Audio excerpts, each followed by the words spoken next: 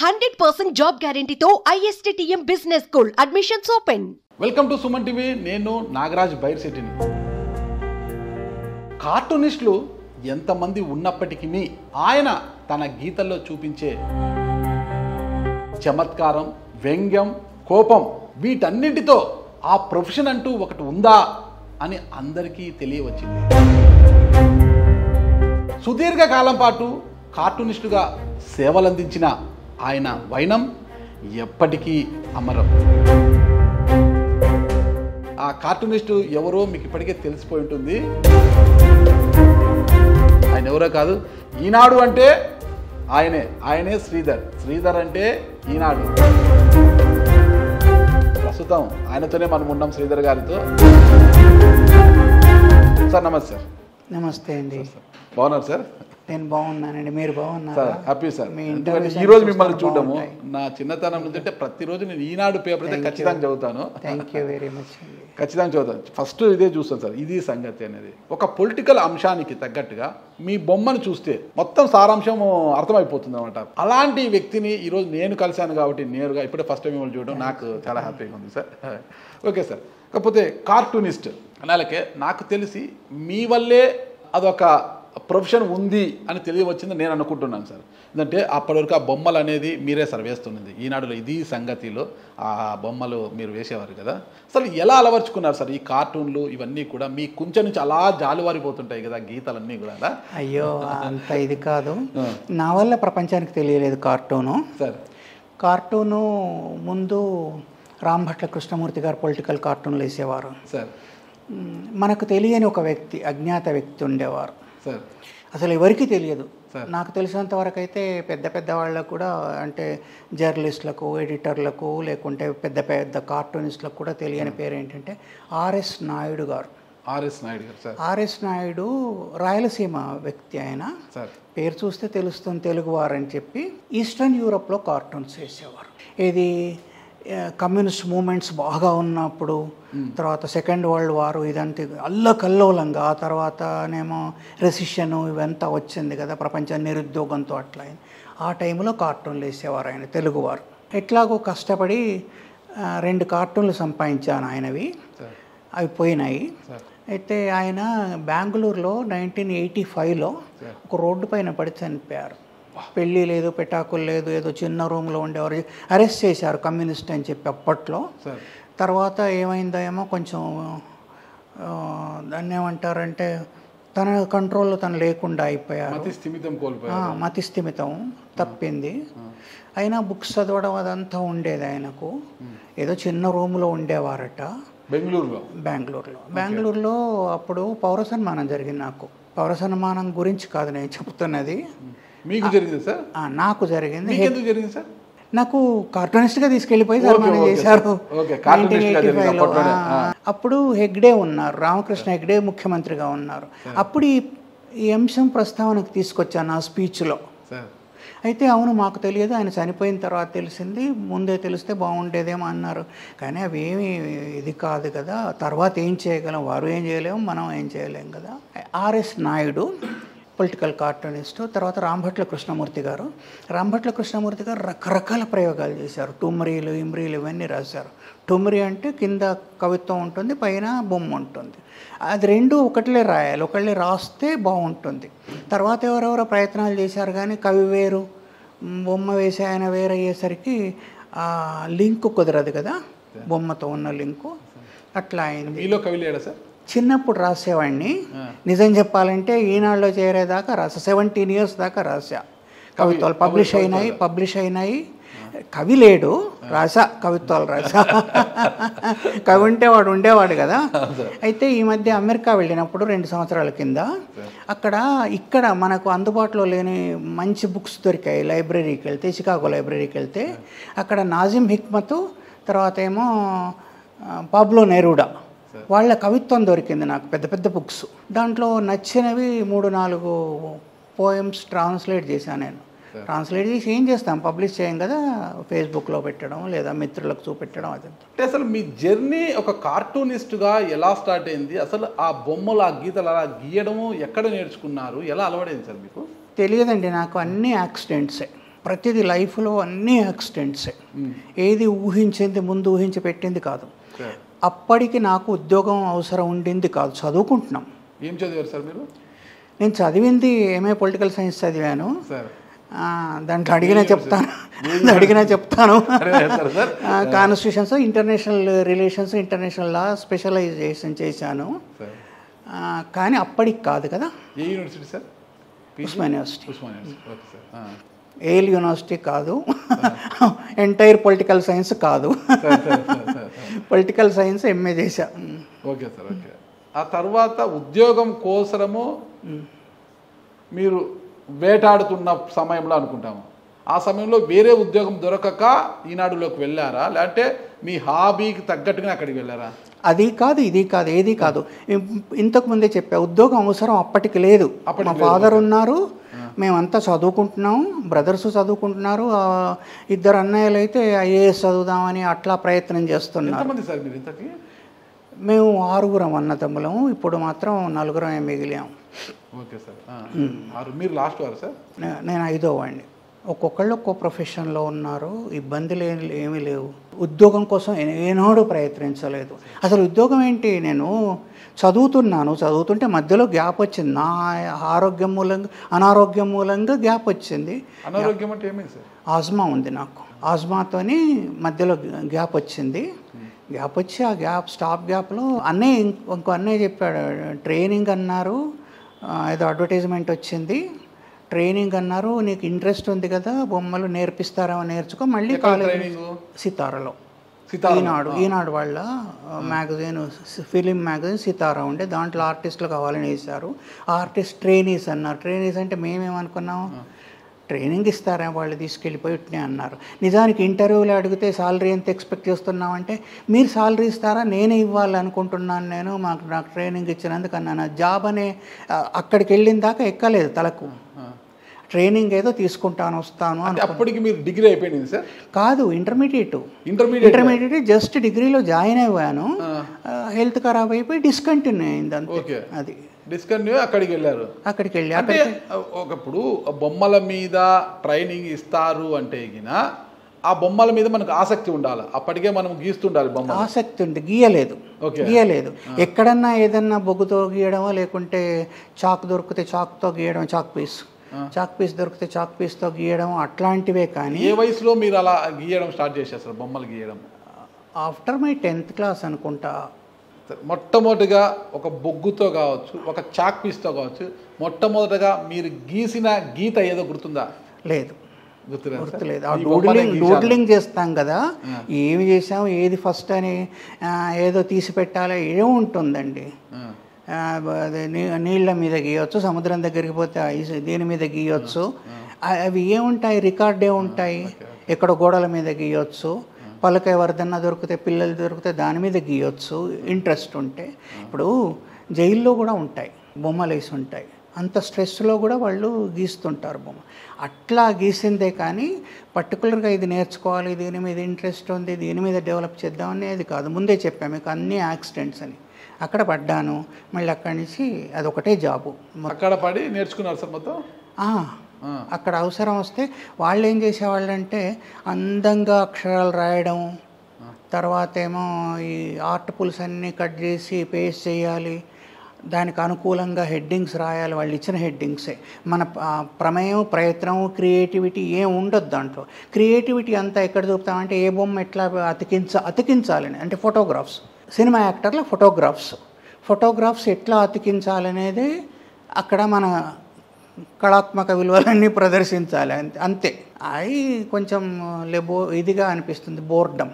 అందు గురించి ఇతర కార్టూన్లు కావాలంటే వేయడం, చిన్న కార్టూన్లు ఏవో వేరే పనులు చేయడం, ప్రాక్టీస్ చేసుకోవడం, ఆ పని నుంచి తప్పించుకునే ప్రయత్నం చేయడం.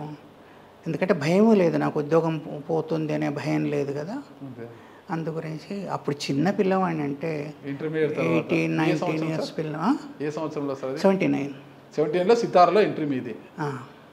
అక్కడ నుంచి ఈనాడులోకి ఎప్పుడు సార్ ఎంట్రీ, బొమ్మలు నేర్చుకున్నాక? వెళ్ళిపోమన్నారు. ఇంకా నీకు ఆ వర్క్ చేయరావట్లేదు కదా నాకు, ఆర్ట్ పుల్స్ అతికించడం ఇదంతా. అప్పుడు రామోజీరావు గారు పిలిచారు. ఆయన విపులలోను, చతురలోను, తర్వాత ఏమో సితారలోను వేస్తున్న కార్టూన్స్ చూసి పిలిచారు. మా దగ్గర ఒక ఆర్టిస్ట్ ఉన్నారు, చీఫ్ ఆర్టిస్టు, అప్పటికి సీనియర్ నాకన్నా. ఆయన ఎవరన్నా ఉన్నారంటే ఆయన కూడా నా పేరు సజెస్ట్ చేసి ఆయన పిలిస్తే వెళ్ళా. సితార్లో మిమ్మల్ని ఎందుకు వెళ్ళిపోమన్నారు? రాదని చెప్పాను కదా, నీకు కార్టూన్లు అయితే చేస్తున్నారు కదా. ఏవో చిన్న చిన్న, అది కాదు కదా నేను చేయాల్సింది. నన్ను బండికి గట్టి నడిపించడానికి వెళ్తే నేను బండి వెనక వస్తాను, బండి కింద దూరుతాను, నేను ఎక్కి కూర్చుంటాను, అదంతా గొప్పతనమే కావచ్చు. కానీ కాదు కదా, వాళ్ళకి ఆ పని రాదు కదా, అది ఆ పని నడవాలి కదా అది. అందు గురించి అయినా ట్రైనింగ్లో ఉన్నవాడిని ఈజీగా పంపించవచ్చు కదా. పంపించేలా పంపించి మధ్యలో నెల తర్వాత వెళ్ళాలి. ఫస్ట్నే 31st వెళ్ళిపోవాలి. మధ్యలో ఆయన పిలిచారు. ఆయన పిలిచి నేను కార్టూన్స్ చూస్తున్నాను, మాకు అది ఇది సంగతి వేస్తావు అంటే, ఇది సంగతి ఈనాళ్ళలో మామూలు విషయం కాదు కదా, ప్రయత్నిస్తానన్నాను. అదంత గొప్ప విషయం అనేది కూడా నాకు ఎక్కడానికి కొంత టైం తీసుకుంది. ధైర్యంగా ఒప్పుకొని వారం రోజులు వేస్తున్నాను కానీ మళ్ళీ ధైర్యం లేదు. మళ్ళీ ఆయన దగ్గరికి వెళ్ళేది ఎట్లా వెళ్తాము, ఆయనే మళ్ళీ పిలిచారు. మళ్ళీ పిలిస్తే వెళ్ళి చూపెట్టాను, ఇది వాళ్ళ ఇది రేపు ఇట్లా చెప్పారు. అప్పటి నుంచి మళ్ళీ వచ్చేదాకా నా బ్రష్ కింద పడేయలేదు. నా ఫస్ట్ కార్టూను అప్పుడు చీఫ్ మినిస్టర్ అంజయ్య గారు ఉన్నారు. అంజయ్య గారు ఏం చేస్తున్నారు, అందరికీ ఆస్థాన పదవులు ఇస్తున్నారు. ఆస్థాన కవి, ఆస్థాన కళాకారుడు ఇట్లా ఇస్తుంటే ఆస్థాన గూండా ఇవ్వమని అడుగుతాడు. అప్పటికి అది బాగానే ఉండింది పరిస్థితులకు. ఆస్థాన గుండా ఇవ్వమని ఒక గూండా వెళ్తాడు. అది నా ఫస్ట్ కార్టూన్. ఆ దేశ అప్పటికి అది రావచ్చు, ఇప్పుడు స్టైల్ కూడా కావచ్చు, చెప్పలేం కదా. గుగ్గిళ్ళ బేరం లాంటిది కార్టూన్, పొలిటికల్ కార్టూన్గానే స్థిరపడిపోయారు. అంటే సమాజంలో ఎన్నో అంశాలు, ఎన్నో దారిద్ర్యాలు ఉన్నప్పటికీ కూడా శ్రీధర్ గారు అంటే పొలిటికల్ కార్టూనిస్టుగానే ఉండిపోయారనేది అయితే ఎక్కువ ఉంది సార్. అవునండి, పొలిటికల్ కార్టూనిస్టు అంటే సమాజాన్ని మొత్తం చూస్తాం కదా. అక్కడ మురికికాలు ఉంటే చూస్తాం కదా, ఎవరికైనా వేదన ఉంటే చూస్తాం, తుఫాన్లు వస్తే కార్టూన్లు వేస్తాం, ఎవరైనా పెద్దవారు పోయినప్పుడు కార్టూన్స్ వేస్తాము. అన్ని పొలిటికల్ అంశాలేనండి. Man is a political animal. ఇప్పుడు పెట్రోల్ ధర పెంచారనుకోండి, నాకు రాజకీయాలు పట్టవు అని ఎట్లా ఊరుకుంటారు? దానికి అగెన్స్ట్గా ఒక్క మాటన్నా మాట్లాడతారు కదా, అది పొలిటికల్ నిర్ణయమే కదా.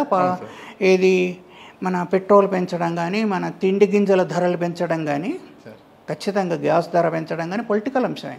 పొలిటికల్ అంశం కాని అంశం ఏదీ లేదండి, అన్నీ పొలిటికల్ అంశాలే. తల్లి బిడ్డ రిలేషన్ తప్ప మిగతా అన్ని పొలిటికల్ సంబంధాలు, ఆర్థిక సంబంధాలుగానే ఉంటాయి ప్రపంచంలో. ఒకరికొకరికి ఇచ్చిపుచ్చుకునే సంబంధాలన్నీ చాలా వరకు.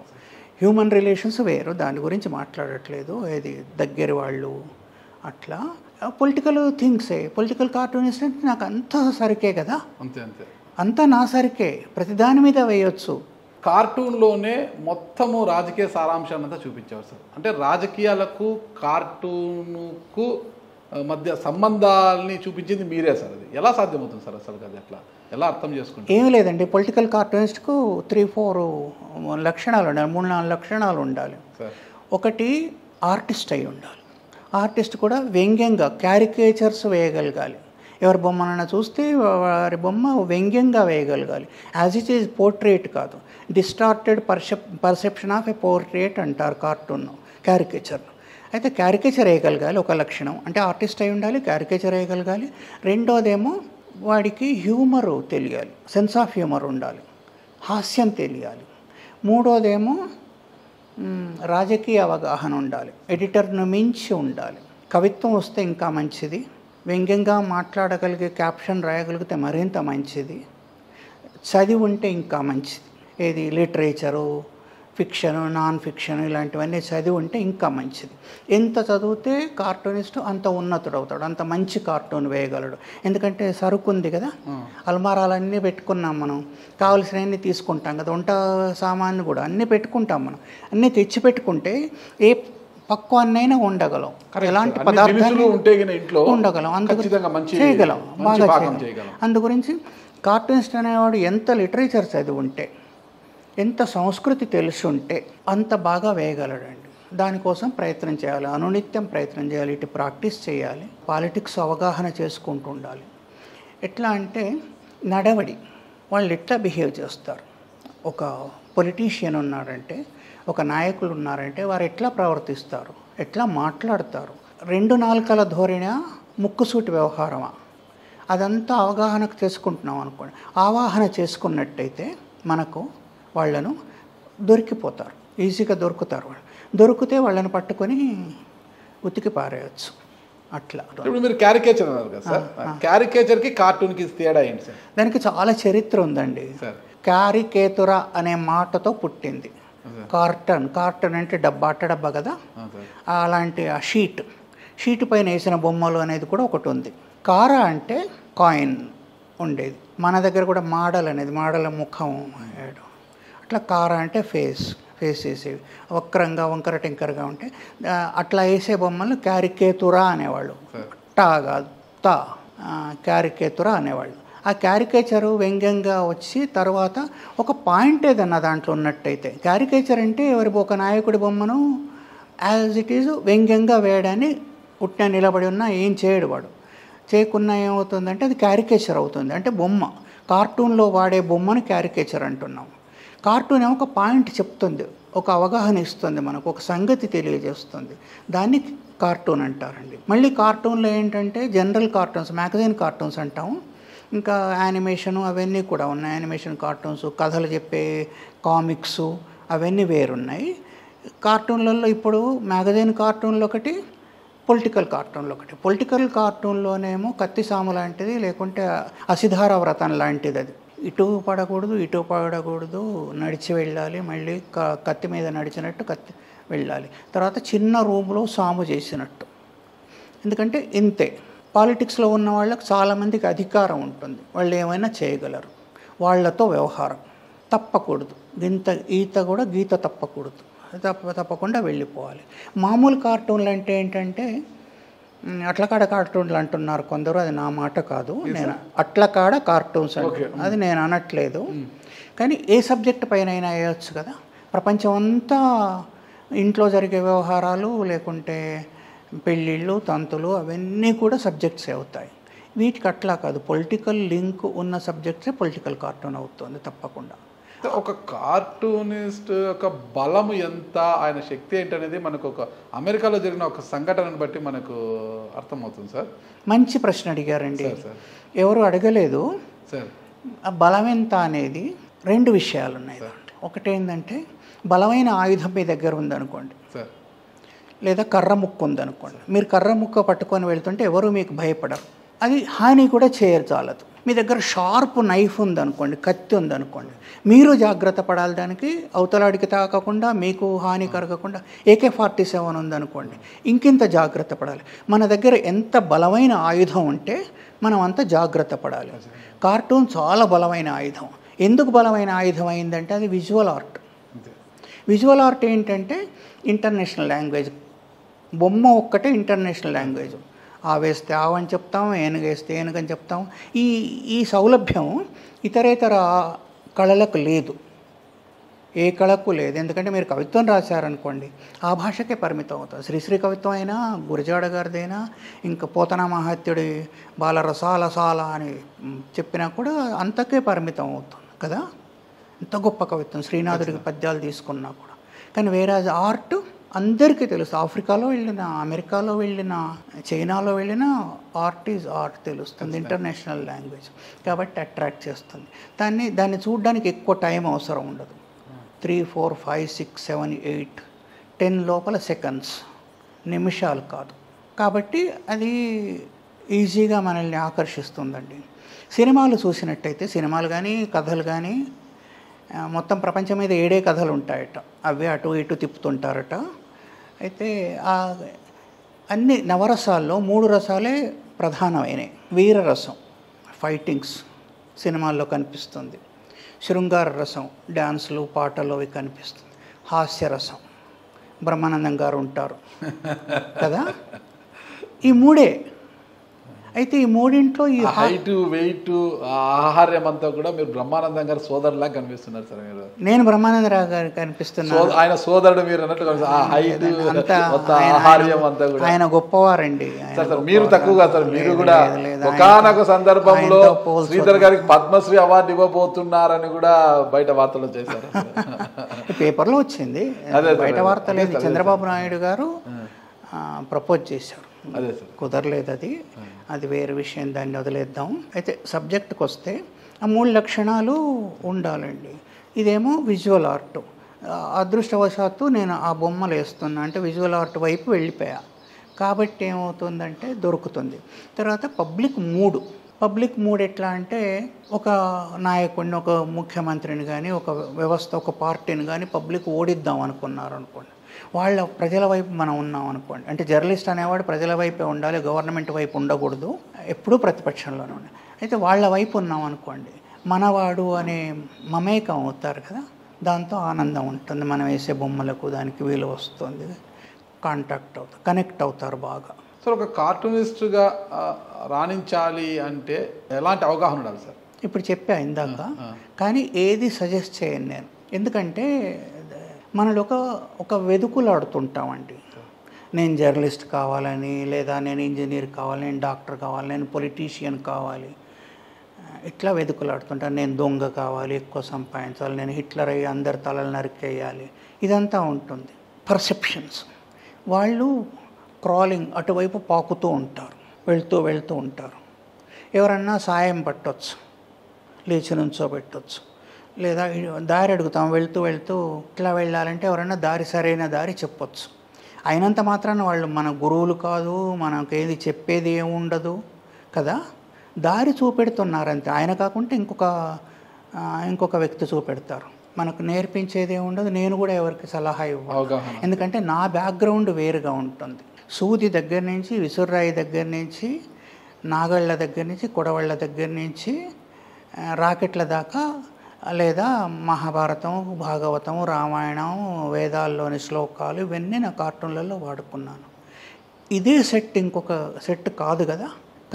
వాళ్ళ జీవితానుభవాలు, వాళ్ళు నేర్చుకున్నది, వాళ్ళు తెలుసుకున్న విషయాలు వేరుగా ఉంటాయి.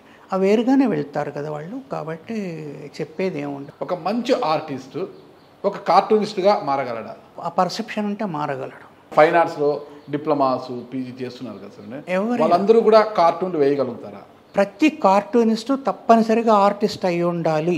Okay sir. కానీ ప్రతి ఆర్టిస్టు కార్టూనిస్ట్ కాజాలడు. ఎందుకంటే మీకు ముందే చెప్పినట్టుగా ఈ లక్షణాలు కూడా ఉండాలి. ఇది సెన్స్ ఆఫ్ హ్యూమర్ ఉండాలి ఫస్ట్. తర్వాత ఏమో రాజకీయాల పట్ల అవగాహన ఉండాలి. చదువుకొని ఉంటే రాణించగలరు దాంట్లో. అందుకే తక్కువ మంది ఉన్నారు భారతదేశంలో కానీ, మన దగ్గర తెలుగు రాష్ట్రాల్లో కానీ, ఇతర రాష్ట్రాల్లో కానీ కార్టూనిస్టులు అనేవాళ్ళు, పొలిటికల్ కార్టూనిస్టులు అంటే ఐఎమ్ టాకింగ్ అబౌట్ పొలిటికల్ కార్టూనింగ్. ఆ పొలిటికల్ కార్టూనింగ్ చేస్తున్న వాళ్ళు తక్కువ ఉన్నారు, వేళ్ల మీద లెక్క పెట్టగలరు. ఒకవేళ ఉన్నట్టయితే మహిళలైతే లేరు, జీరో. రాజకీయ కార్టూన్లు వేస్తున్న మహిళలు లేరు. ఎందుకు సార్? ఎందుకు మహిళా విభాగంలో లేరంటారు? ఒకటి ఉందండి, విచిత్రం ఏంటంటే ప్రపంచం మొత్తం మీద అన్నం వండేది మహిళలు. అవును సార్. కానీ షెఫ్లు ఎంతమంది ఉన్నారు? ఎక్కడ డబ్బులు వస్తే అక్కడికి వెళ్ళిపోతారు వాళ్ళు, మగవాళ్ళు. ఆర్టిస్టులు కూడా అంతే. పత్రికల్లో పనిచేసే వాళ్ళు ఎంతమంది ఉన్నారు? మహిళా ఆర్టిస్టులు. ఇళ్లలో ముగ్గులేసేది, అలంకరించేది, ఇల్లుని శుభ్రంగా పెట్టేది, ఆర్ట్ వేసేది. ఇప్పుడు ఆర్ట్ క్లాస్ పెడితే ఎక్కువ మంది 99% అమ్మాయిలే వస్తారు, 1-2% అబ్బాయిలు వస్తారు అంతే. మరి అలాంటప్పుడు అంతా మహిళలే ఉండాలి కదా, ఎందుకు లేరు? అట్లాగే కార్టూన్ రంగంలో కూడా ఈ రాజకీయాలకు ఎందుకో ఏమో కొంత దూరంగా ఉన్నారు, పట్టించుకోవట్లేదు. రెండోది ఏమిటంటే ఒకళ్ళిద్దరు ఉండేవారు, మాయా కామత్ అని ఉండేవారు, పాపం ఆమె క్యాన్సర్తో చనిపోయారు. మంజుల పద్మనాభన్ అని ఒక కార్టూనిస్ట్ ఉండేవారు. ఆమె ఏం చేశారంటే నాటకాలకు, సినిమాలకు స్క్రిప్ట్స్ రాస్తున్నారు ఇప్పుడు. ఓకే. కాబట్టి కార్టూనింగ్ అదంతా వదిలేశారు. కొందరు కామిక్స్లోకి వెళ్ళిపోయారు. నిలబడడం కూడా కొంచెం కష్టంగా ఉంటుంది. కానీ మహిళలు వస్తే మంచిది, నేర్చుకోవాలి. మామూలుగా ఏదో మ్యాగజైన్ కార్టూన్స్ వేసే కన్నా ఈ పొలిటికల్ కార్టూన్లు వేస్తే బాగానే ఉంటుంది. అవకాశాలు ఉన్నాయి బాగా, పత్రికలలోనూ టీవీలలోనూ అంతా పొలిటికల్ కార్టూన్లు అడుగుతున్నారు. కానీ పొలిటికల్ కార్టూనిస్టులు స్థిరంగా నిలబడగలిగిన వాళ్ళు తక్కువ మంది ఉన్నారు. సార్ ఈనాడు పేపర్ని తీసుకుంటే మనము సరే రామోజీరావు గారు ఫౌండర్ ఈ రామోజీరావు గారు స్వర్గీయ రామోజీరావు గారిని మనం పక్కన పెట్టేస్తే అంత సీనియర్ ఆ సంస్థలో అంత సీనియర్ మీరు శ్రీధర్ గారే అంటారనమాట.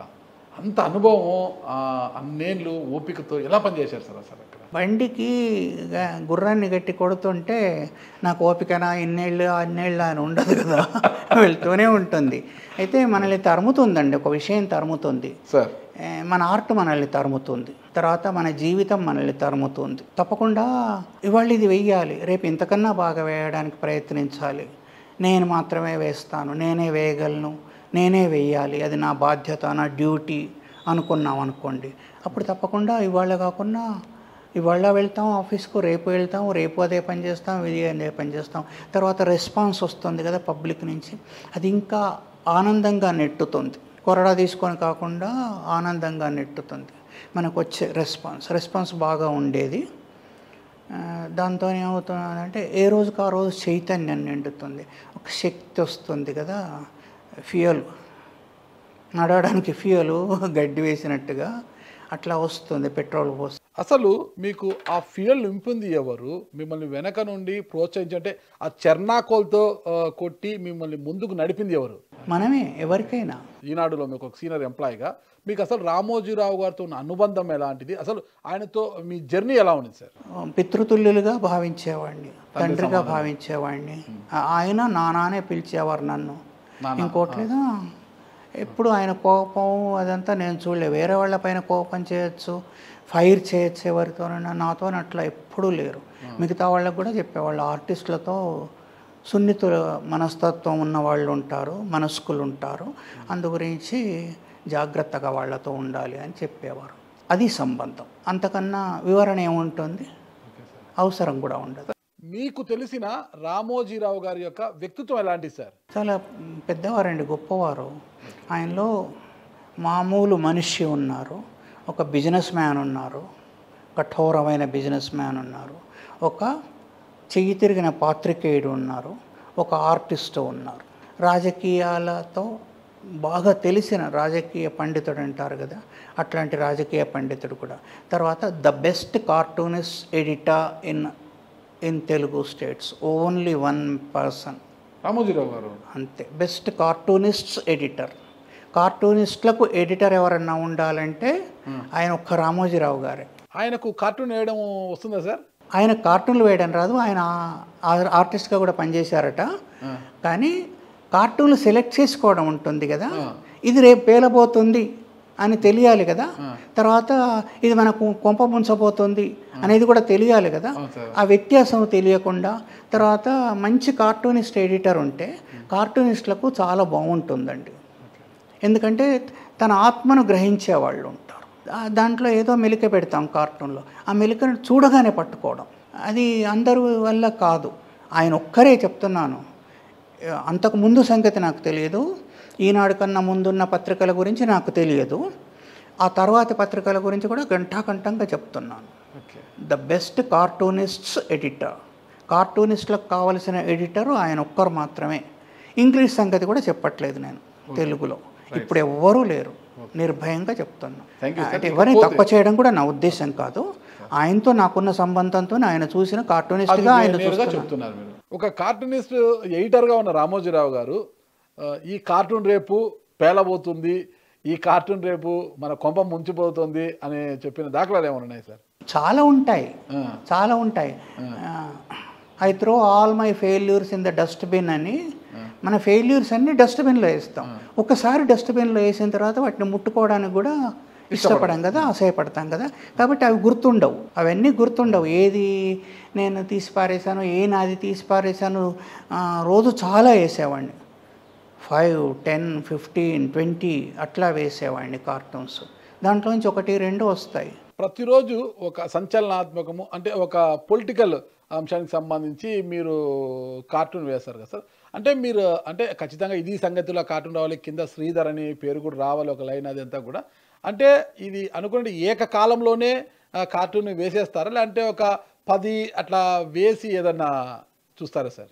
ప్రసవ వేదన లాంటిదండి. ఒకసారి వార్తను చూడగానే అరే ఇట్లా వేస్తే బాగుంటుందని వేసేసుకుంటాం. సిచ్యువేషను అదంతా తర్వాత డెవలప్ చేస్తాం. ఇప్పుడు ఊరుని చిత్రించామనుకోండి, ఊరిలో ఏముంటాయి, ఇంత పెద్ద బిల్డింగ్స్ ఉండవు. అక్కడ ఎదురుగా ఉన్నట్టుగా 24 అంతస్తుల బిల్డింగ్స్ అవన్నీ ఉండవు. పశుపక్షాదులు అవన్నీ ఉంటాయి, మనతో సహజీవనం చేస్తాయి. మనల్ని ఊరికెళ్ళగానే మీ ఊరికెళ్ళగానే మీ వాళ్ళకన్నా ముందు ఆ ఊరు కుక్కలు మనల్ని ఆహ్వానిస్తాయి కదా. ఆ సెన్స్ ఉండాలి. ఏముంటుంది అది తర్వాత డెవలప్ చేసుకుంటాం. సినిమాలో కథ రాస్తారు, కథ రాసిన తర్వాత వెనకాలది బ్యాక్ డ్రాప్ ఏమో తర్వాత క్రియేట్ చేసుకుంటారు కదా. అట్లా ముందు చూడగానే ఐడియా వస్తుంది. రెండోదేమో రాత్రి దాకా జుట్టు పీక్కున్నా కూడా ఐడియా రాకపోవచ్చు. చాప చుట్టేసుకొని వెళ్ళిపోవడమే. నా డ్రామా అయిపోయింది వాళ్ళకి, రేపు ఎట్లా ఉంటుందో తెలియదు అనుకొని వెళ్ళిపోవడమే. మీకు ఏదైనా గుర్తుందా సార్, అంటే ఒక క్రిటికల్ సన్నివేశంలో అతి ఎక్కువ సార్లు ఈ కార్టూన్ గీసి ఫైనల్ చేశాను అనేది ఏదన్నా ఒక సన్నివేశం ఏదైనా ఉందా సార్? చాలా ఉన్నాయండి. అవునా సార్? ఓకే, అది ఎక్కువ సార్లు అంటే ఎట్లా ఉంటుందంటే, ఒక సబ్జెక్ట్ తీసుకుంటే దాని మీద 4 కార్టూన్స్ వేసుకున్నాం. 4 బాగుండొచ్చు, కానీ దాంట్లో మళ్ళీ 0.5% మార్క్ దేనికి ఇస్తాం, 1/4% మార్క్ దేనికి ఇస్తాం. అన్నిటికీ 100 మార్కులే పడ్డాయి అనుకుందాం. 100 మార్కుల్లో 101 ఏమన్నా ఇవ్వగలమా, ఇట్లా ఉంటుంది కదా. అప్పుడు వేస్తే మిగతావన్నీ కూడా మిగతా పనికిరాని కార్టూన్లు అయితే చెత్తబుట్ల పాలవుతాయి. ఒక్కోసారి జీవితంలో మళ్ళీ అవకాశం రాని కార్టూన్లు ఉంటాయి. దానికి ఒక ఉదాహరణ చెప్తాను. ఎన్టీ రామారావు కాలం. ఎన్టీ రామారావు అంటే పెద్ద ఎన్టీ రామారావు. ఆయన కాలంలో నాదెళ్ల భాస్కర్ రావు గవర్నమెంట్ని లాగేసుకున్నారు ఆయన దగ్గర. అయితే ఆయన అమెరికా నుంచి వచ్చేసి తనకు మిగిలిన ఎమ్మెల్యేలను తీసుకొని, అదంతా పొలిటికల్ డ్రామా జరిగింది. అప్పుడు రామకృష్ణ హెగ్డే గారు ఉన్నారు. ఆయన సాయంతో బెంగళూరు వెళ్ళిపోయారు. నంది హిల్స్ ఏమో వెళ్ళారు. నంది హిల్స్ వెళ్తే నేనేం చేశాను, కార్టూన్ వేయాలి కదా దానికి. ఈ నాదెళ్ల భాస్కర్ రావునేమో బోయేవాడుగా వేటగాడుగా వేశాను. పంచతంత్ర కథలో ఏముంది, పావురాలన్నీ వాళ్తాయి వలలో. అయితే వలలో వాళ్ళు చిక్కుకుపోయి వలను తన్నుకొని వెళ్ళిపోతాయి అవన్నీ కలిసి ఐకమత్యంతో. అట్లా ఎన్టీఆర్ వీళ్ళన్నీ తన్నుకొని బెంగళూరు వెళ్ళిపోయినట్టు వేశా కార్టూన్. ఇక్కడ చెట్టు చాటును చూసి అయ్యో అనుకుంటున్నాడు నాదెళ్ల భాస్కర్ రావు. ఎమ్మెల్యేలు అంతా వెళ్ళిపోయేసరికి ఒలతో సహా వెళ్ళిపోయాడు. అది వేసా. అయితే ఆ కార్టూను వేరే సిచ్యువేషన్ ఏదో మారి వేరే కార్టూన్ వేయాల్సి వచ్చింది. నేషనల్ కార్టూను లేకుంటే ఇక్కడదే ఇంకో కార్టూన్ వేయాల్సి వచ్చింది. అది రేపన్నా వేయచ్చు అనుకున్నాం. నేను, రామోజీరావు గారు కూడా, చైర్మన్ గారు కూడా అదే అనుకొని పక్కన పెట్టాను. రేపైనా వేయచ్చు, ఎందుకంటే ఇప్పుడిప్పుడే రారు కదా. మళ్ళీ ఇవాళ దాకా నేను మళ్ళీ అక్కడి నుంచి వెళ్ళొచ్చిన దాకా అలాంటి కార్టూన్ అలాంటి ఐడియాతో వేసే వీలు కలగల, అవకాశం రాలా. ఆ కార్టూన్ రాలేదు సార్. మళ్ళీ పొలిటికల్ కార్టూన్స్ అనేవి ఎప్పటికి కూడా గుగ్గిళ్ళ బేరం లాంటివి. ఇవి వాళ్ళు అమ్ముకోగలం, లేకుంటే రేపటికి పాసిపోతాయి. పాసిపోయిన గుగ్గిళ్ళు ఎవరు తింటారు? అట్లాంటి బేరం. అందు గురించి వాళ్ళకి స్టేల్ అయిపోతుంది, మురిగిపోతుంది, అది పనికి రాకుండా పోతుంది.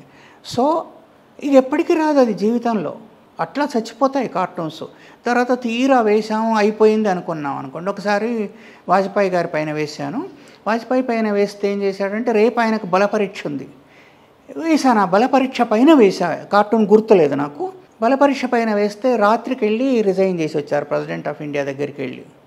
ఆ కార్టూన్ ఏమవుతుంది, మధ్యలో తీసి పారేశారు కదా. అట్లా అవుతుంది. అది నిలుస్తుందా? రేపు మళ్ళీ నా కార్టూన్ రేపు పొద్దున వచ్చి ఇంట్లో చూసుకుంటానా అనే నమ్మకం కూడా ఉండదు. చాలా దగ్గరగా ఉండేవారు రామోజీరావు గారు మీతో అని అంటుంటారు. అంటే ప్రతి ఒక్కరికి కూడా ఎంప్లాయీస్ 60 years వరకు రిటైర్మెంట్ ఏజ్ ఉంటుంది సార్ ఈనాడులో. అదొక గవర్నమెంట్ ఉద్యోగం ఉన్నట్టు ఈనాడులో ఉద్యోగం అంటే కూడా అన్ని ఫెసిలిటీస్ ఉంటాయని చెప్తాను. మరి మీకు మాత్రము రిటైర్మెంట్ లేకుండా రిటైర్డ్ అయినా కూడా ఎక్స్టెన్షన్ ఇచ్చి మరీ పెట్టుకున్నారు అంటే రామోజీరావు గారు. అంటే శ్రీధర్ గారి మీద ఆయనకున్న ప్రత్యేకమైన అభిమానమా, లేకపోతే శ్రీధర్ గారి అవసరం పత్రికకు ఉంది అని భావించారంటారా? అది వారిని అడగాలి, నేనేం చెప్తాను. నాకు ఎక్స్టెన్షన్ అనుకోనుగా రిటైర్మెంట్ అనుకోవాలా. వర్క్ చేస్తున్నాను, నిన్నలే చేసినట్టుగానే ఇవాళ చేశాను. నన్ను వెళ్ళిపోమ్మని ఎవరు అనలేదు. ఉన్నాను, జీతం తీసుకుంటున్నాను, వర్క్ చేస్తున్నాను. మామూలుగా నిన్న మాట్లాడినట్టు ఈరోజు మాట్లాడుతున్నాను. 60 ఏళ్ళు అయిపోయినాయి కదా, 58 ఏళ్ళు అయిపోయినాయి కదా, వెళ్ళిపోమ్మని ఎవరు అనలేదు. నాకు అన్నీ వచ్చేవని, పేపర్లు వస్తున్నాయి, బెలుగొట్టగానే టీ తీసుకొస్తున్నాడు, నీళ్లు తీసుకొస్తున్నాడు, అన్నీ జరుగుతున్నాయి. ఆయన దగ్గరికి వెళ్తున్నాను రోజువారీ. ఎంత శాలరీ వచ్చేది సార్? సాలరీయా? దాంట్లో దాపరికమే ఉంది, 2.5 లక్షలు వచ్చేది. తర్వాత మిగతా ఎంతతో స్టార్ట్ అయ్యారు సార్? ఎంతతో స్టార్ట్ అయ్యారు? 200తో. 200తో స్టార్ట్ అయ్యారు. 2.5 లక్ష డ్రా చేశారు. Super sir. ఇది లాస్ట్ సాలరీ. కొంచెం అటు ఇటుగా ఉంటుంది, ఆ లెక్కలే ఉంటాయి కదా. ఇక అన్నీ ఉండేవి, కార్లు గీర్లు అన్నీ. కారు మొత్తం ఎన్ని ఏళ్ళ సర్వీస్ చేశారు సార్? నేను 42 ఇయర్స్ సర్వీస్ చేశా. 40 ఇయర్స్ పొలిటికల్ కార్టూన్స్ చేశా. 2 ఇయర్స్ సార్? 2 ఇయర్స్ మీకు చెప్పాను ఇందాక, సితార్లో ఉన్నా. Okay okay sir, okay sir. సితార్లో ఉండి కూడా కార్టూన్లు వేస్తున్నాను. కానీ దాదాపు 42 సంవత్సరాలు రామోజీరావు గారితో సుదీర్ఘ ప్రయాణం ఇది. 40 సంవత్సరాలు. ఎప్పుడైనా ఆయనతో కలిసి భోజనం చేయడము, కలిసి వెళ్ళడం ఏమన్నా? పార్టీలలో ఉంటుంది. తర్వాత 1 ఇయర్ పాటు నేను మధ్యలో ఫిలిం స్టిక్ వెళ్ళి అక్కడ కొన్ని రోజులు 1 ఇయర్ పాటు పనిచేశాను. అన్ని రోజులు నాకు వారి క్యాంటీన్ నుంచే భోజనం వచ్చేది. అంటే ఆయనతో కలిసి భోజనం చేసే అవకాశము, కలిసి ఉన్న వాళ్ళ ఇంటికి వెళ్ళేవాడిని అండి. వాళ్ళ ఇంట్లో సుమన్కు, నాకు హెల్త్ బాగాలేనప్పుడు హాస్పిటల్లో ఉన్నప్పుడు సుమను డైలీ వచ్చేవారు. అక్కడ 10ంటికి వచ్చి 5 దాకా కూర్చునేవారు. వాళ్ళంతా ఫ్యామిలీ అంతా వచ్చేది, రెగ్యులర్గా వచ్చేది. 1 కాదు 2 సార్లు కాదు నేను ఉన్నప్పుడు. అట్లాగే సుమను హాస్పిటల్ అది ఆరోగ్యం బాగాలేనప్పుడు రెగ్యులర్గా రోజు ఇంటికి వెళ్ళేవాడిని. కలిసి భోంచేస్తానా భోంచేయనా అనేది ఇంకా మీరు ఊహించుకోవాలి. మరి రామోజీరావుతో అంత అనుబంధం ఉంది, అనుకోకుండా బయటికి వచ్చేశారు. అంటే ఎంత అనుబంధం ఉన్నా మీరు బయటకు వచ్చాక రకరకాల కారణాలు బయట వినిపించాయి సార్. అంటే కొంతమంది వెన్ను నొప్పి తట్టుకోలేక ఆయన ఆరోగ్యం బాగోలేక వచ్చేసారు అని కొంతమంది, లేదు రకరకాల కారణాలు, మేనేజ్మెంట్ కొంత అలక ఉంది దాని మీద. 40 ఇయర్స్ సర్వీస్ అయిపోయిన తర్వాత కొంత సంబరాలు చేసుకున్నారు, పార్టీ చేసుకున్నారు, కుటుంబ సభ్యులంతా వచ్చి కొద్దిగా ఆర్భాటం చేశారు, అది కొద్దిగా యాజమాన్యానికి నచ్చలేదు, తద్వారా బయటికి పంపించారు అనేది ఇటు రకరకాల గ్యాసెట్స్ అయితే బయటకు వచ్చాయి సార్. నాకు వీపు నొప్పి ఉన్నట్టో లేదా చేతగానట్టో కనిపిస్తున్నానా? లేదు సార్, హ్యాపీగా బ్రహ్మాండంగా ఉన్నారు సార్. కదా సార్. ఇంకా 2 ఏళ్ల ముందు ఇంకా ఎట్లా ఉండి ఉంటాను, ఇంకా యాక్టివ్గా ఉంటారు కాబట్టి ఒకటి కొట్టేశాను. అవును సార్. తర్వాత సొంతగా 1000 కార్లు ఉండి నాకు దాంట్లో 25 ఏళ్ల నుంచి 25 ఏళ్ళు 26 ఏళ్ళు అవుతుంది. నాకు ఒక కారు డ్రైవరు ఇచ్చి ఆ వ్యక్తికి నాకు ఒక కారు ఉంటేనో ఎవరో ఇస్తేనో అసూయపడే మనస్తత్వం ఆయన ఇస్తారా? ఆయన ఇస్తారు సార్. అసూయ ఎందుకు పడతారు? నాకు ఒక ఇంట్లో వాళ్ళు పార్టీ చేసింది నిజమే, ఇంట్లో వాళ్ళు అన్నయ్య కారు కొనిచ్చింది సత్యమే. జేపీ లాంటి పెద్దవారందరితో, బ్రహ్మానందం గారు ఉన్నారో లేరో దాంట్లో తెలియదు, ఇలాంటి వాళ్ళందరితో నా మీద అభిప్రాయాలు సేకరించి మా వాళ్ళు నాకు తెలియకుండా ఒక క్యాసెట్ చేసి మా అన్నయ్య ఆ రోజు ప్రజెంట్ చేసింది కూడా వాస్తవమే. దీనికి ఆయన జెలస్ అవుతారా? ఒక నా ఎంప్లాయీకి ఇంత క్రెడిట్ వచ్చింది అని గర్వపడచ్చు సార్. గర్వపడతారు కదా. నాకేదొచ్చినా ఇప్పుడు జపాన్ వెళ్ళినప్పుడు ఢిల్లీలో ఏర్పాట్లు చేశారు ఆయన, చెన్నైలో ఏర్పాట్లు చేశారు. ఆయన సొంత బెడ్రూమ్లో ఉన్నాను ఢిల్లీ గెస్ట్ హౌస్లో. హాస్పిటల్లోకి వస్తే అన్నీ ఆయనే భరించారు.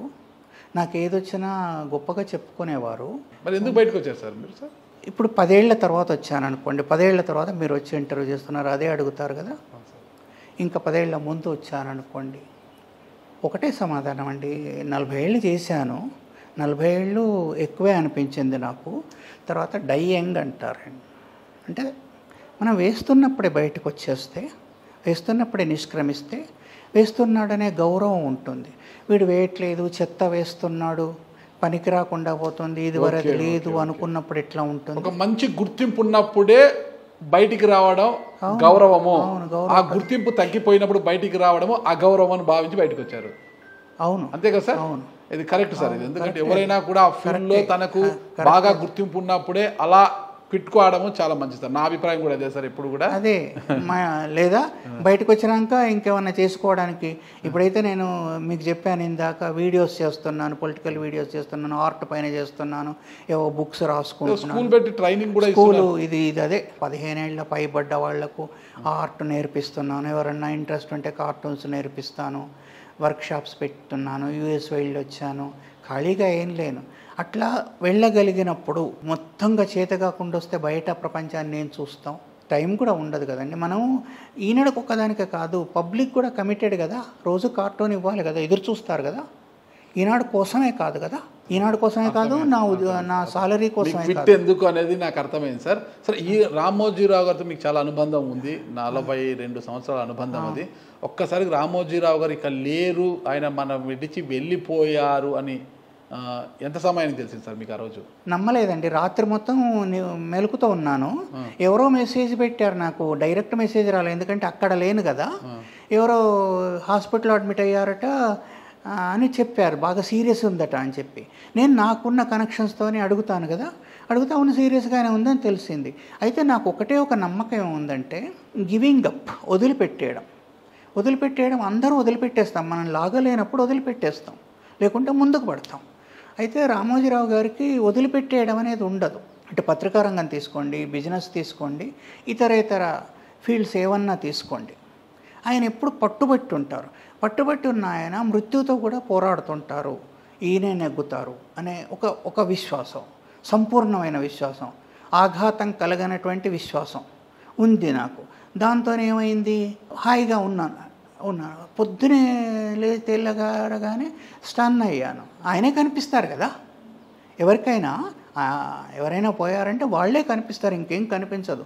అంతా శూన్యం అంటారు కానీ ఆ శూన్యంలో ఆయన ఉంటారు, శూన్యం కాని చోట ఆయన ఉంటారు. అట్లా కనిపించారు. అదంతా సెటిల్ అయినాక రూములోంచి బయటకు వచ్చి వెళ్ళిపోయా. చూశారు సార్? అక్కడే ఉన్న చాలాసేపు. ఆ యొక్క సందర్భం ఎలా అనిపించింది మీకు? అట్లా చూద్దాం బాధగా ఉంటుందండి.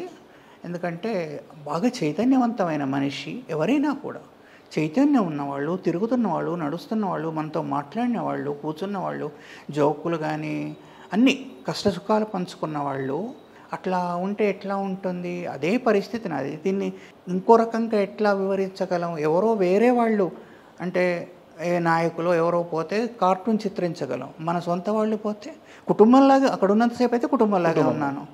ఆ తర్వాత వీళ్ళు అట్లా అనుకున్నారు, వాళ్ళు అట్లా అనుకున్నారంటే అందరి దగ్గరికి వెళ్ళి అసత్యం ఇది అని చెప్పలేం కదా, చెప్పినా నమ్మరు కదా. ఇది కాదు, ఆయనతో నన్ను గొడవపడలేదు సారు, నన్ను క్షమించండి, అది తీసుకోండి మీ వీడియో వెనుకకు అంటే ఎవరు తీసుకోరు, నమ్మరు కూడా.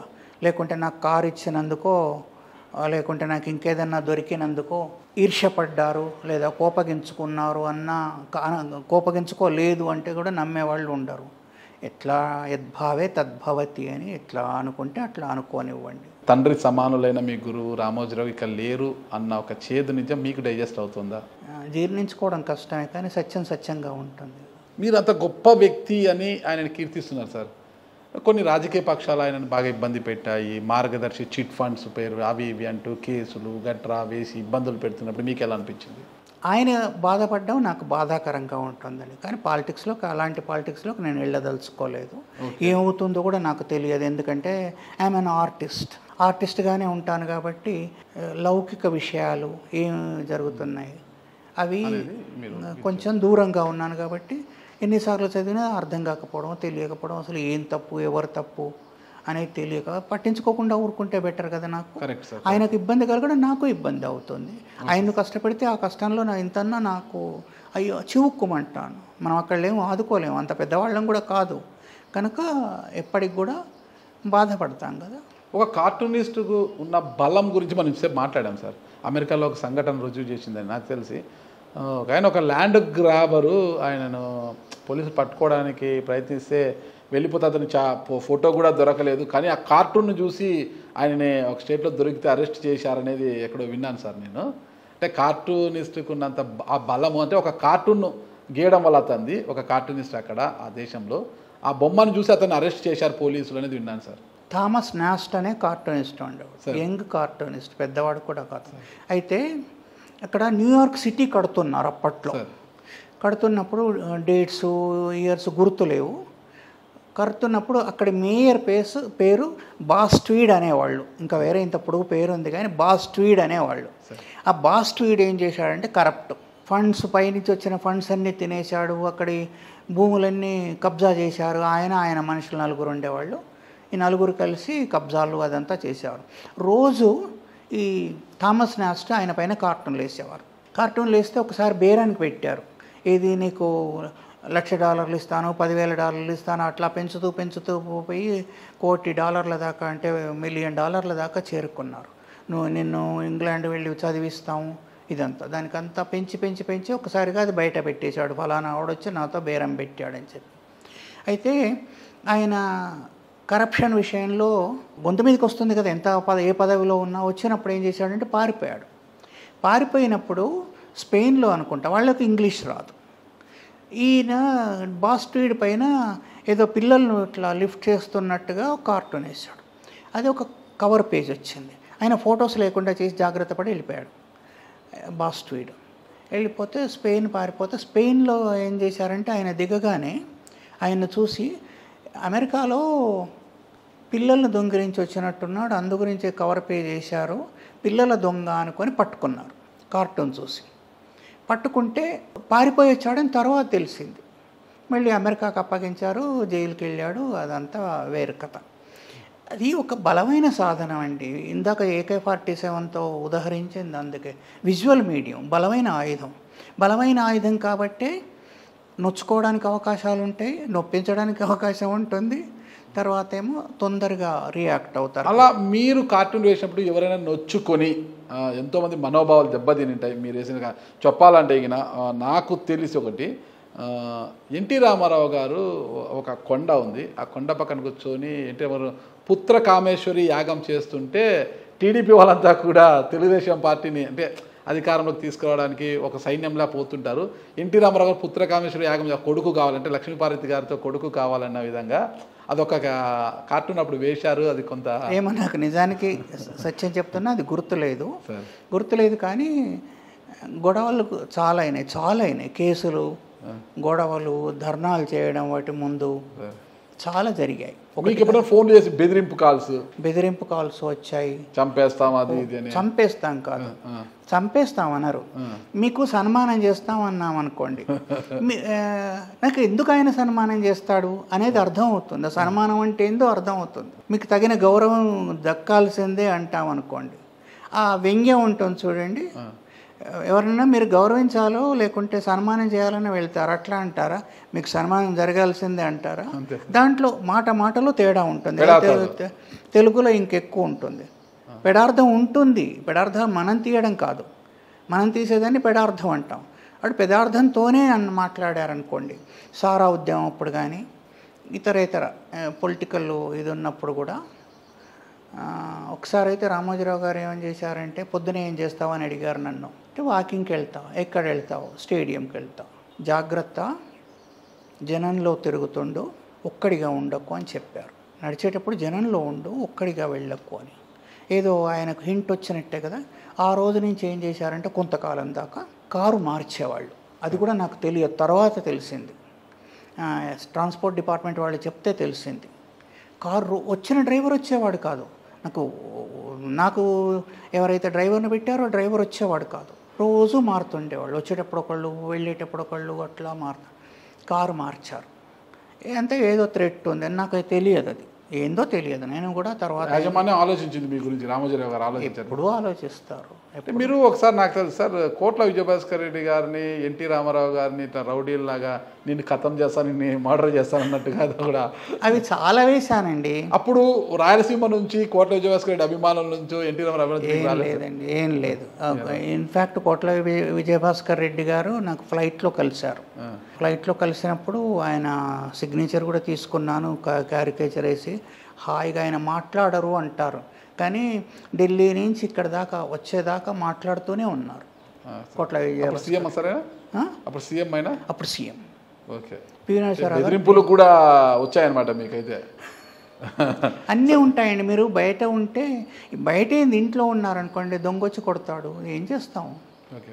తర్వాత బయట ఉన్న వాళ్లకు తప్పనిసరిగా ఎక్కడైనా మీరు ప్రయాణం చేసేటప్పుడు ఈయన అంటే మీరెవరో తెలియదు వాళ్ళకు, ఈయన భలే వేస్తాడు, ఈనాడు పేపర్ చదువుతూ ఏం వేసాడబ్బా ఈ కార్టూన్, ఈ బొమ్మ భలే వేశాడు అసలుకి అంటున్న సందర్భాలను ఎప్పుడైనా చూశారు సార్? చాలానే ఉన్నాయి. ఒకసారి అప్పుడు బాగా చిన్నవాడిని, ఇంకా ఈనాడులోకి కూడా పెద్దగా రాలే, అప్పుడప్పుడే కార్టూన్స్ వేస్తున్నాను. విపులలో కార్టూన్లు వేస్తున్నా. అయితే నెల నాకు విపుల, చతుర, సితారణ వారం ఉండేది. అన్నదాత, ఈ 3 పత్రికలు ఇచ్చేవాళ్ళు. నాకు పట్టుకొచ్చుకునేవాడిని. అసలు అప్పుడు బస్సులో కమ్యూట్ చేసేవాడిని. వేలాడుతున్నప్పుడు బస్సులో హ్యాంగింగ్ ఇది ఉంటుంది కదా, హ్యాంగ్ చేస్తూ వెళ్తారు కదా, అట్లా హ్యాంగ్ చేస్తూ వెళ్తున్నప్పుడు మన చేతులు ఉన్న బ్యాగేజ్ బుక్స్ ఎవరికన్నా ఇస్తాము, గుడ్ సామరిటన్స్ ఉంటే వాళ్ళు పట్టుకుంటే ఆ విప్పుల చేతులు అవన్నీ వాళ్ళకి ఇస్తే ఆ విప్పుల ఇట్లా తిరిగేస్తున్నాడు ఆయన. ఈ శ్రీధర్ ఎవడో చాలా బాగేస్తాడు అని వాళ్ళు మాట్లాడుకుంటున్నారు. ఎలా అనిపించింది? వేలాడుతున్నా నేను బస్సుకు, అట్లా ఉంది. అట్లా వేలాడుతున్నారు వాళ్ళు అనుకుంటున్నారు. ఎప్పటి నేను మీటింగ్లకు వెళ్ళడం కానీ టీవీలకు వాటికో ముఖం కనిపించే పనులు పెద్దగా చేయలేదండి. నేను ఆఫీస్కి వెళ్ళేవాడిని, ఇంటికి వచ్చేవాడిని. ఇంటికి కేవలం నిద్రపోవడానికి వచ్చేవాడిని అంతే. తిని నిద్రపోవడానికి ఇంటికి వచ్చేవాడిని. మొత్తం ఆఫీస్లో డే లాంగ్ ఆఫీస్లో వర్క్ చేసుకునేవాడిని. కాబట్టి నా గురించి ఈనాళ్ళు కూడా చాలామందికి తెలియదు, నాకు ఎవరు తెలియదు. ఎన్టీ రామారావు గారికి దగ్గరగా ఉండేవాళ్ళు సార్ మీరు? ఎన్టీ రామారావు ఒకేసారి కలిశారండి, ఒక పెళ్లిలో కలిశారు. చాలా మర్యాదగా మాట్లాడారు ఆయన. మరి అలాంటి ఎన్టీ రామారావు గారి గురించి కూడా మీరు కార్టూన్ వేయాల్సి వచ్చిన సందర్భంలో ఎలా అనిపించేసారు? ఒకసారి ఒక కార్టూన్లో 2 బొమ్మలు సార్, ఒక సైడ్ ఏమో ఎన్టీ రామారావు గారికి అందరూ అంటే వినతులు తీసిపోయిస్తున్నారు, ఇంకొక సైడ్ ఏమో లక్ష్మీపార్వతి గారికి అందరూ నగలు పట్టు చీరలు తీసుకెళ్తున్నట్లుగా ఒక కార్టూన్ వేశారు సార్. అలా వేసినప్పుడు ఏమైనా ఇబ్బందులు? ఏముండదండి, ఒక యుద్ధం చేస్తున్నారు, మీరు యుద్ధ రంగంలో ఉన్నారు, బార్డర్లో యుద్ధం చేస్తున్నారు. అవతలి వాడు మీ శత్రువే కానీ పర్సనల్ శత్రువా? పర్సనల్ కాదు కదా. ఏ రకంగా వాడిని నీ దేశం కోసం నేను నా దేశం కోసం పోరాటం అదే అంతే కదా. పర్సనల్ శత్రుత్వం మిత్రుత్వం లేవు. ఒక స్థితప్రజ్ఞత వస్తుంది. ఏమిటంటే ఎదురుగా ఉన్నవాడిని చంపేయాలి, లేకుంటే వాడు మనల్ని చంపేస్తాడు కదా. నేను కాపాడుకోవాలి, దేశాన్ని కాపాడాలి. ఒకవేళ నేను చనిపోయినా నా దేశం, నా మీద రాళ్ళు పడ్డా కూడా నా దేశం మాత్రం సురక్షితంగా ఉండాలనుకుంటాం కదా. కార్టూన్ వేసేటప్పుడు కూడా అంతేనండి. మన చేతిలో ఆయుధం ఉంది, యుద్ధానికి వెళ్ళాము, అక్కడ ఎవరుంటే ఎట్లా కనిపిస్తే అట్లా చిత్రిస్తాము. అట్లా వేసావు ఇట్లా వేస్తామంటే వాళ్ళు అట్లా ఉన్నారు. అట్లా రామారావు గారు ఒక సంఘటన చెప్తా. రాయలసీమ నీళ్ల కోసం అప్పుడు రామారావు గారి ప్రభుత్వం ఉండేది, కాంగ్రెస్ కూడా బలంగా ఉండేది. రాజశేఖర్ రెడ్డి గారు ఇలాంటి వాళ్ళంతా ప్రతిపక్షంలో ఉన్నారు, మైసూరారెడ్డి గారు, ఇట్లా చాలామంది రాయలసీమ నాయకులు ఉన్నారు, అంతా కాంగ్రెస్ వాళ్ళే. వాళ్ళు ఏం చేశారు, ఈయన రాకముందే సెక్రటేరియట్ ముందు ధర్నా చేశారు. ప్రతిపక్షంగా వాళ్ళకి హక్కు ఉంటుంది, ధర్నా చేసే హక్కు ఉంటుంది. ధర్నా చేశారు, చాలామంది వచ్చేసారు. ఎన్టీఆర్ వచ్చారు సీఎంగా, కాన్వాయ్ వచ్చింది, లోపలికి వెళ్ళడానికి లేదు. వీళ్ళు ధర్నా చేస్తున్నారు, కొట్టో ఇదేంటి లాఠీ చార్జ్ చేయించో వెళ్దామంటే ఎక్కువ మంది ఉన్నారు, ఏమవుతుందో తెలియదు. ఏం చేశాడు, రోడ్డు దాటాడు, అవతల కూర్చున్నాడు రోడ్డు మీద. అప్పుడు హోమ్ మినిస్టర్ ఎవరు ఉండే, కోడెల శివప్రసాద్ గారు ఉండేవారు. ఆయన తొడ మీద తలకాయ పెట్టి పడుకున్నారు. వాళ్ళు లేస్తే నేను లేస్తాను అంటాడు. ఈయన ముఖ్యమంత్రి ఎన్టీ రామారావు గారు. అలా చేస్తున్నప్పుడు మీకు ఐడియాస్ దొరుకుతాయా లేదా? తప్పకుండా దొరుకుతాయి. ఇక్కడ మొత్తం మందిని మినిస్టర్లను మొత్తం తీసేసి, క్యాబినెట్ మొత్తం తీసేశారు. ఆయన ఒకసారి వచ్చి ఆయన ఉన్నారా పోనీ, ఆయన ఢిల్లీ వెళ్ళిపోయారు, ప్రతిపక్షాల మీటింగ్ ఉందని చెప్పి. ఇక్కడ ఏమున్నట్టు, గవర్నమెంట్ ఉన్నట్టా లేనట్టే కదా సార్ కదా. క్యాబినెట్ మరి ఎవరన్నా ఆ ధైర్యం చేస్తారా? ధైర్యం ఎక్కడి నుంచి సార్? మీరు చూస్తే బాహుబలి కట్అవుట్ కాదు, ఏమీ కాదు, చాలా షార్ట్గా ఉన్నారు, చాలా సింపుల్గా ఉన్నారు మీరు. ఆ ధైర్యం ఎక్కడ సార్? ఒక బొమ్మ గీసేటప్పుడు, ఒక కార్టూన్ వేస్తే ఆ ధైర్యం ఎలా వచ్చేది అసలుకి? వెనక రామోజీరావు గారు ఉన్నారన్న ధైర్యమా, లేకపోతే ఇంకేమన్నా? అది కూడా ఆలోచించలేదు. అంటే ఒక ఇద్దరు వచ్చి మిమ్మల్ని చుట్టుముట్టినా కూడా ఇద్దరు ఒకళ్ళు చాలు సగం. మీ పర్సనాలిటీ కాదు కదండి. పర్సనాలిటీ గురించి నేను ఎప్పుడు అనుకోలేదు. తక్కువ ఎక్కువ అని ఉన్నట్టుంటాం అంతే. అయితే అది ఈనాడండి. గొడవలు తక్కువ వస్తాయి, తక్కువ వచ్చినా కూడా వాళ్ళే తీసుకుంటారు, కానీ మన దాకా రానివ్వరు. ఇంటి మీద ఎప్పుడైనా ఎవరైనా ఒక కార్టూన్తో ఇబ్బంది పడి వాళ్ళ మనోభావాలు ఇంటి మీద దాడి చేసిన సందర్భాలు, మిమ్మల్ని అటకాయించే సందర్భాలు ఏమైనా ఉన్నాయి సార్? నన్ను అటకాయించింది పెద్దగా లేదు. ఇంటి మీద దాడి నేను ఎందుకంటే బస్సులో కమ్యూట్ చేసేవాడిని, ఏ బస్సులో వస్తానో ఎక్కడ వస్తానో ఎవరికి తెలియదు. అక్కడ కూడా ఎక్కువ మంది మొహం చూసిన వాళ్ళు లేరు. కార్ పెట్టారు మీ కంపెనీ? కార్ తర్వాత వచ్చింది. కార్ వచ్చిన తర్వాత కూడా ఎలాంటి దాడులు అయితే ఇంటి మీద దాడి జరగలే ఎప్పుడు, ఇంటి మీద కానీ ఎప్పుడు కానీ జరగలే. ఫోన్ కాల్స్, ఉర్దూలో బందర్ బక్కి అంటారండి, కోతి బెదిరింపు, అదేం చేయజాలదు, బెదిరిస్తుంది అని, అంతే. అలాంటి బెదిరింపులు ఎప్పుడైనా ఒక పొలిటికల్ సిచ్యువేషన్ వచ్చినప్పుడు ఆ లైన్ ఇలా గీస్తే బాగుంటుందని రామోజీరావు గారు చెప్పేవారా మీకు, మీ అంతకు మీరే గీసేవారా సార్? ఆయన ఎప్పుడు చెప్పలే చెప్పినే నేను ఆమోదించలే, ఎవ్వరు చెప్పేది కూడా రేపు మన తలపైన కాలు పెడతారండి, నేనే చెప్తాను శ్రీధర్ కార్టూన్ల ఐడియా అని చెప్పుకుంటారు బయట. తర్వాత మనకు కూడా ఎట్లా ఉంటుందంటే ఒకవేళ ఐడియా తీసుకున్నాం అనుకోండి, మళ్ళీ రేపు భిక్షాపాత్ర పెట్టి ఇంకో ఐడియా దానం చేయని వెళ్ళాల్సి వస్తుంది. చాప చుట్టుకొని ఇంటికి వెళ్ళిపోవడం బెటర్ కదా. ఫైనల్గా సార్ ఒకటే, ఒక కార్టూనిస్ట్గా మీరేం చెప్పబోతారు సార్ ఇప్పుడు వచ్చే యువతకు వాళ్ళకు? దీనికి మీకు పూర్తి నెగిటివ్ ఆన్సర్ వస్తుంది. చెప్పండి సార్. ఏమి చెప్పను, ఎవరిది వాళ్ళు వెతుక్కుంటారు.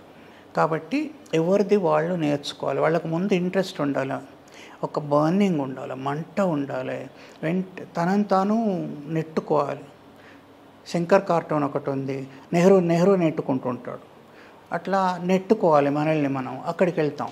తర్వాత ఏమో దీంట్లో గ్యారంటీ ఇవ్వగలవా, ఏది నీకు బతుకు దొరుకుతుంది అనే గ్యారంటీ ఇవ్వగలవా, 4 లక్షల సాలరీ వస్తుందనే గ్యారంటీ ఇవ్వగలవా? ఇప్పుడు మీ వయసు ఎంత తెలుసుకోవచ్చు సార్? దాంట్లో ఏముంది, నాకు 65 వస్తున్నాయి. శ్రీధర్ గారు ముందు వెనక ఏ ఇంటి పేరు కావచ్చు, ఊరి పేరు కావచ్చు, ఏది కూడా అది ఇంతవరకు ఎవ్వరికి తెలియదు సార్. ఎందుకు అసలు అవి బయట పెట్టడానికి కూడా శ్రీధర్ గారు ఇష్టపడరు? కారణం ఏంటి సార్?